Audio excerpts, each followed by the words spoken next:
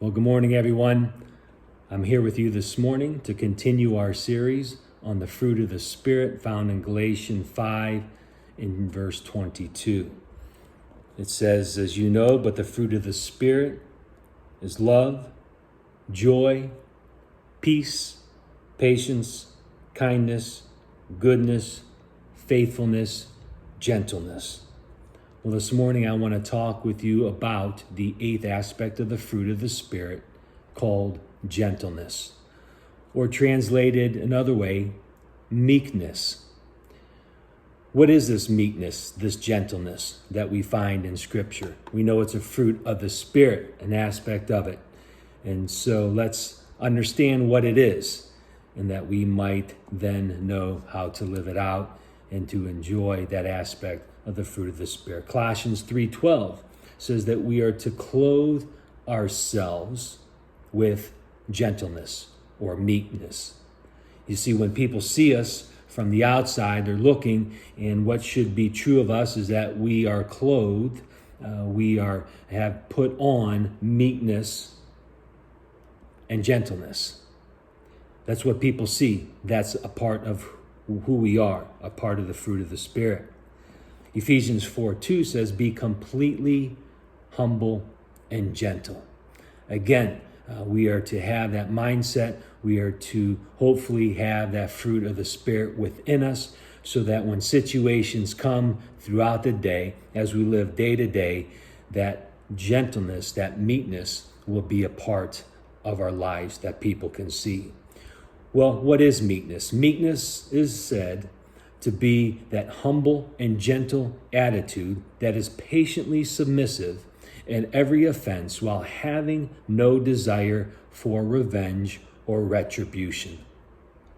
It's also said that meekness isn't weakness, it's power under control. It's being fittingly strong. So let me give you an example that you might all be able to relate with. An example we find ourselves in quite often as far as it goes with driving.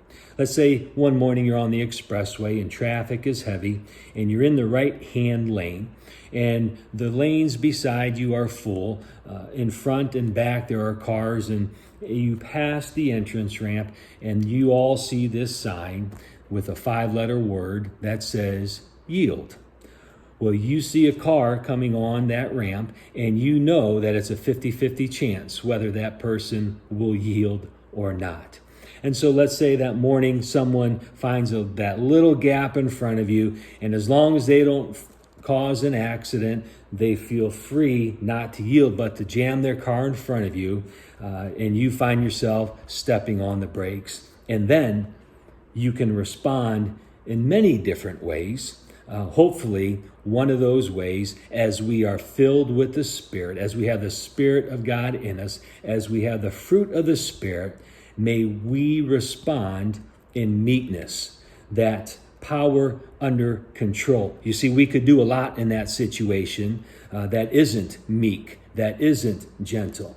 We can pull up next to him. We can explain to him what yield means. We can do many different things, but because of the Spirit of God is within us, and hopefully being filled day by day with the Spirit, that gentleness, that meekness will come out. Let me give you an example from Christ himself. It says in 1 Peter 5:23 that when they hurled their insults at him, he did not retaliate. When he suffered, he made no threats. Instead, he entrusted himself to him who judges justly. And so that meekness is that power under control. It's being fittingly strong in different situations. We know Christ gave us that example. We know that he, in his triumphal entry, came in on a donkey, the sign of meekness. We see in Matthew 5 that Christ is meek and gentle. And so don't mistake it for weakness, but meekness is that ability. It's that fruit of the Spirit that allows us in life's difficult situations, those little trials that we face, opportunities that we might have to respond differently. May that control of the Spirit in our lives cause us to have that meekness, power under control. And so today, if God gives you opportunity, if something happens, I pray that you're walking in the Spirit.